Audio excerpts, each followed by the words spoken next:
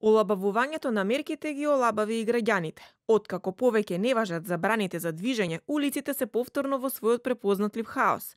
Редици автомобили, гужви на пазарите, а од денес повторно гужви и во јавниот градски превоз. Согласно забраните за движење на граѓаните, градскиот јавен превоз беше редуциран, но со укинувањето на забраната за движење и автобусите возат по вообичаениот возен ред. Бесплатниот јавен превоз за корисниците на пензија од денеска повторно започна да ги полни градските автобуси.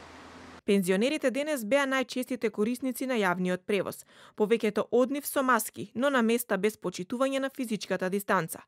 Од Сојузот на Сдружение на пензионери на Македонија се задоволни од оваа одлука на владата, но со апел до пензионерите за доследно почитување на мерките и користење на превозот само за неопходни потреби.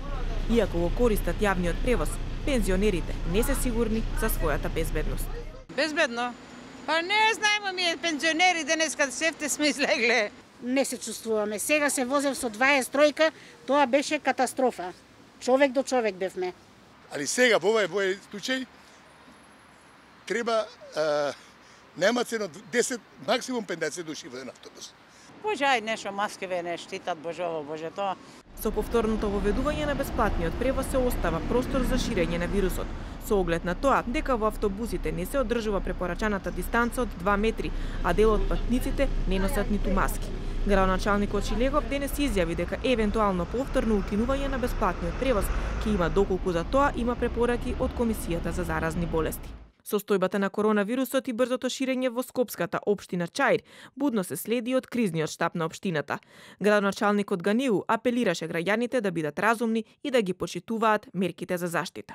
Свесен сум за потрошеното трпение и желбата за враќање во нормала, но сепак ризикот се уште постои и можноста за заразување е се уште доста голема. Затоа да бидеме добар пример на ова состојба, а не спротивното. 66 дена во Македонија беше применуван полициски час, кој на граѓаните им го ограничи движењето со цел да се спречи ширењето на коронавирусот.